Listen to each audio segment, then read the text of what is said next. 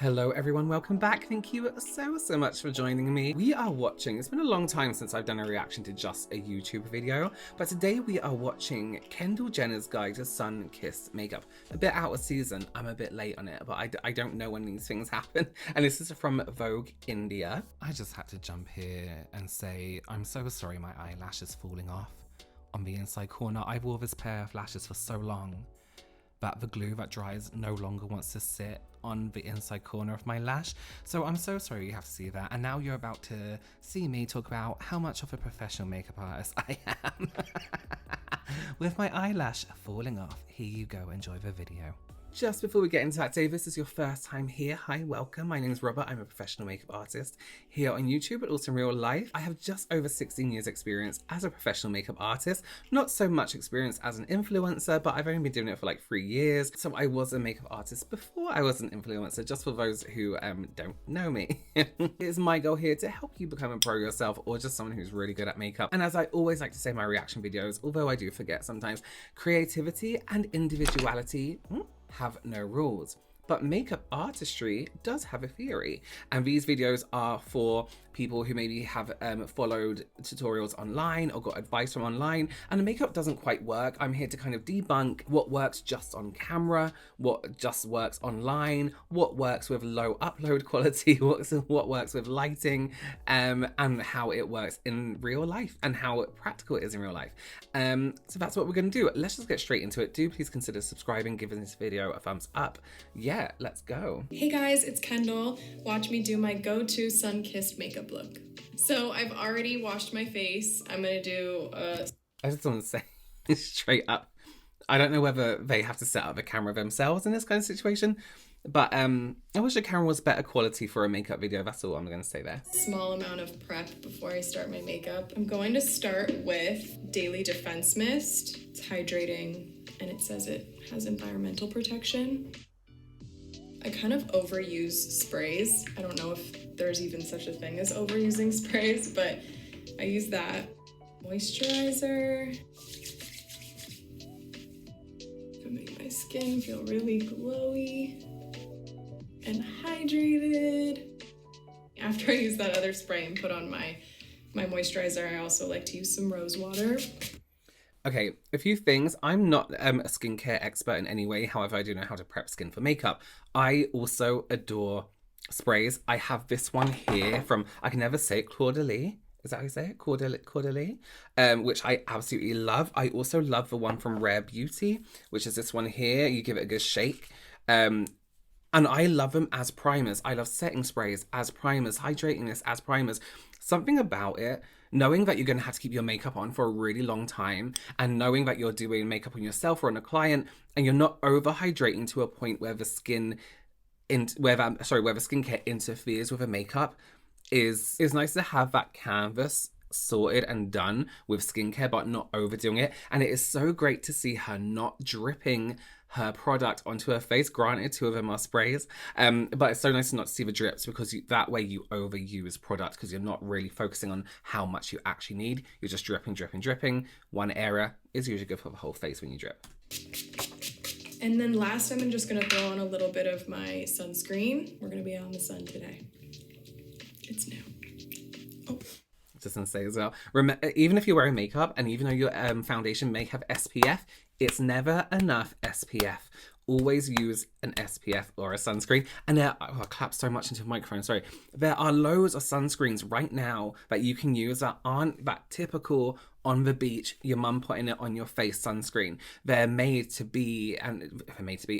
work extremely well with makeup. Glow Recipe do that watermelon one, which is absolutely beautiful under makeup. Who else? Fenty have their incredible sunscreen, which sits amazing under makeup, especially if you have a drier skin. You can get these beautiful textures that aren't overwhelming and greasy on the skin. I know me, sunscreen makes my face feel sweaty and I'm very oily. So to have something that's serum-like sits perfect under my foundation. I am all sunscreened up. I am moisturized. And I'm about to be misted even more.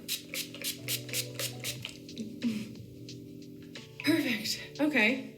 Now my little moisturizing prep is done. I can start my light and simple summer look. I really like to use this Giorgio Armani face fabric. I've been using it for a really long time, since I was pretty young. One of my sisters put me on. It's literally called second skin makeup. It doesn't feel like you have makeup on at all. So I just do like a little dab, and I honestly put it on with my fingers, kind of like I would my lotion. But this stuff is my ultimate. Now, Kendall is very lucky that she has beautiful skin already. Most celebrities, most influencers are extremely lucky to be able to get facials and things like that. So it's very nice to be able to not apply that much foundation. The method of using your hands like this, absolutely fine with that amount. I wouldn't go crazy and put loads on. Although there are people out there that do that, but don't really in real life, let's be real. One thing, it did sound a bit dry. I have really dry hands because I've just washed them about 20 times. Not in one go, but like in like the last 25 minutes. It did sound a little bit dry, so maybe get a little bit more product on there. And instead of rubbing around like that, I would really push into the skin, just because for those people who want a little bit more coverage, sorry, I should have said that. Just because moving around will do exactly that, or move the foundation around. So to be able to push into the skin is a little bit more of a full coverage method if you do want that coverage. However, if you do just want a tint, I don't see an issue with this. However, I would go around and tap just very lightly around with my fingers afterwards, just to ensure that I've got it even, especially in these areas here that you don't tend to be able to get into when you're doing this. And just make sure there's no streaks as well. I was talking to one of my sisters the other day, and she was like, you still use... Just like she was doing just then, you see she was using a finger and she was going around all those little bits. Perfect. Is that you've been using it your whole life? I'm like, I know, I am a creature of habit. And then I just take my beauty blender. Beautiful. It's nice just doing that. You can do it with a sponge also, by that insurance that everything is blended properly and almost pushed into the skin. If you're going to do, for me, I feel like the secret to a lightweight, no foundation is, sorry, I just noticed something over there, is to make sure that it is all pushed into the skin. It needs to look like skin, become part of the skin. We do this trend at the moment with makeup. It's very much the thing to wear so much that it looks like it's sitting on top of your skin with powder and all this other stuff, whereas with no makeup, you want it to look as if it's part of your skin. I have friends and sisters that are so good at this stuff. I have never been that girl. Let me just say something, right? The people that are meant to be like, when everyone's like, oh, I'm not that good at makeup, with people I speak to, and they do their makeup really well. When I do these reaction videos, it's usually the people that aren't beauty influencers that are the best, or use a more, the best is a wrong word. They're a little bit more artistic, whereas the people that aren't are the people who create looks that are more reasonable in real life and more practical in real life, and actually do look better in real life. But if you're on camera, it doesn't matter so much. Like, you know, I mean, my makeup now, I wouldn't go out like this in the daylight, because my foundation and my blush is all a bit it's quite heavy. However, on camera and the lights, we know it looks a little bit different. If you think you're bad at makeup, don't hold yourself to standards of what you see online, because there are lights. I have 5 lights on me right now. One up here, which is making the middle of my face look really bright. And then I have 2 white lights. And then I have these kind of like medium temperature lights in front of me here. A really good lens on a camera. And that's how what makeup looks like this. I never do anything unreasonable anyway. And I feel like my setup is quite modest compared to some other influencers. So do bear in mind, don't think you're bad at makeup because when you imitate what you see online, when it doesn't work for you, it doesn't mean you're bad at makeup. If you were sitting in front of loads of lights, it might look good also, you know? That's why I always say makeup has a theory. Okay. I absolutely love bronzer. I still use this. I love it. Kylie Cosmetics, me and Kylie's collection. It's bronzer. I apply it on this brush. I know it looks crazy, but... Another amazing way to apply anything that comes in stick form, especially bronzer and stuff like that, is straight to the brush. Portion control. It will all blend out. Beautiful.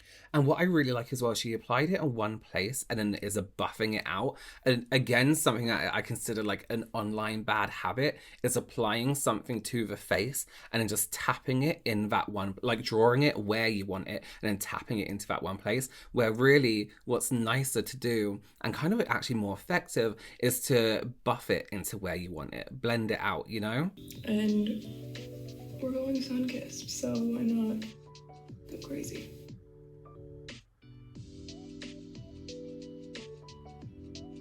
I personally, and other people tell me if you agree with this, I personally don't like it when people do this when they're doing their makeup, just because maybe it was a thing when I was doing it on clients, is because they would do that and I'll be like, no, please keep your face completely still, because you're not walking around like this, you know, some people do, but I want to see your face shape how it is normally, like if you're sitting there listening to a boring conversation, that's how I want to see your face, because then I can actually structure it correctly to how we want it to look. Whereas when you pour, or when you move this, or when you do this, or do this, you know, that's not how you are, and everything moves. So I'm gonna add more bronzer because I love it and I'm obsessed. And this is a sun-kissed look, so we're here to glow. It'd be nice to see some bronzer somewhere else just to even it out. When we bronze, we don't just bronze under the cheeks. We bronze most of the time on the highest points of our face, although sometimes it's not really the best place to always apply it. It'll be nice to see some around the hairline and the temples a little bit here as well. I take a little bit of this like creamy Chanel bronzer and I'll put it here. Do you remember back in the day where everyone was like, transition shade for eye makeup? The best shade was always your bronzer. If you're doing a dark black smoky eye, your bronzer was the best transition shade. And it's always nice to incorporate the same shade that you got in your cheek into your eye makeup if you're doing something quite neutral, or if you are just doing plain black. What's happening here? Just to tie it all in together. Again, when you bronze, it's not just in one place. You want to add it into other areas just so it's a little bit more consistent. Blush. You know, if you've seen my other Vogue videos, my other beauty videos, you know that I love anything creamy that makes me feel really dewy. And then I kind of top it off with something powdery and matte. So this palette's really nice because it's creamy, and then like powders to match. And I'm gonna do kind of a lot because it's summer vibes. And I think like the key in looking sun-kissed is like a little bit of I may have gotten sunburnt. It's a sunburnt look. On the nose, on the cheeks, it's a sunburnt look. May have been out in the sun too. Okay, let's talk about her face shape and where she's applying the blush right now. She already has, and with her contour, extremely prominent cheekbones that we can see in this image here. So a lot of the time, a lot of people, applying blush to the apples of the cheeks just doesn't look right. It doesn't sit right. It's a little bit like, okay. Unless you are going for that burnt, like, or a little chubby face kind of look. Whereas her face shape here, we can see when it comes to this area, is quite diamond shaped and in the jaw. And then she has these really strong cheekbones. So actually applying a bit of blush on the cheek there almost balances it out. If we were to apply it up here on her now, it would make those cheekbones even stronger, which isn't bad. But to make it a little bit more harmonious and a little bit more leveled out, balanced, a nice blush on her cheek actually works really well. I'm definitely not the queen of this, like some of my other sisters are. But I think we all just have... Can you see how it now having this blush here gives her this nice like dip almost to that area of her face? So we're having that strong cheekbone across the whole way. On a face like that's maybe rounder, you wouldn't really want that so much, especially with a rounder jawline. I wouldn't do it on me, for example, just because it would make it look like this. Whereas her face has structure in this lower area, so it's quite nice to do. Cream highlighter from the same palette that had the blush in it. I do it with my finger. It's on my finger and I love to do it here.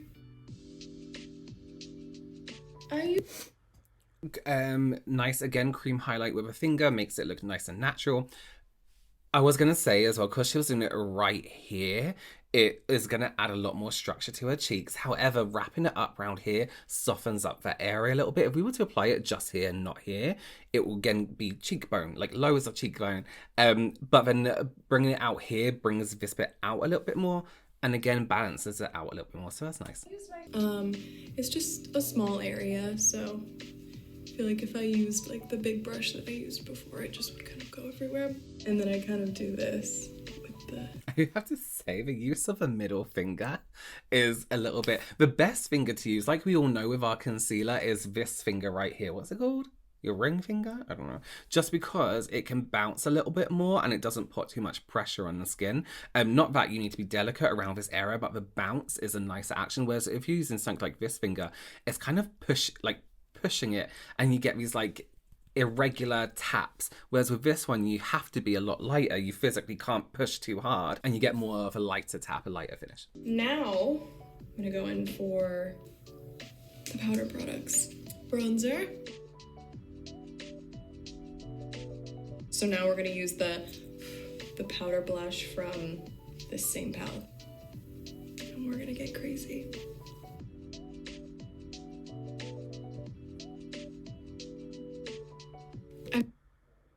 I think it's nice to add like a powder bronze on top of a cream. That's cool. But I think it is nice to keep that shine to the cream blush. And I mean, you could powder it to set it, but at the same time then you're losing the shine, so what's the point in using the cream in the first place? And even with pigmentation, you can get enough pigmentation from a powder. I love this Dior lip maximizer, the little lip plumper, as like a base on my lip, and then I'll just take this and this stays on me all day. This is a tip that Kylie just showed me. This like a dewy skin mist, so you kind of, if you're a little bit madder than maybe you would want to be, or you want your makeup to kind of feel a little bit more natural, you spray this on and it's really nice. It was actually something I've never done before, and she just showed me recently, so. She uses all those mists and she's never thought to miss the face after. What I really wanted was something that felt glowy and something that really represented what I use on a daily basis. This is kind of me. This is my everyday glowy summer look. Beautiful. That would be an incredible wedding look. Imagine a little bit more of a shine on the lid, something a little bit more structured through the socket, a little bit dark on the outside corner just with neutrals. That's a beautiful wedding look. And a really nice everyday look as well. There wasn't anything in there that was horrendously awful. There was no over color correcting. There was nothing that we're used to seeing a lot of influencers do. So that was cute. That was a good watch. All right. Well, thank you so much for joining me. The link to the original video so you can watch the whole thing will be down below in the description box. Do consider giving this video a thumbs up and subscribing, and I will see you very, very soon. Bye.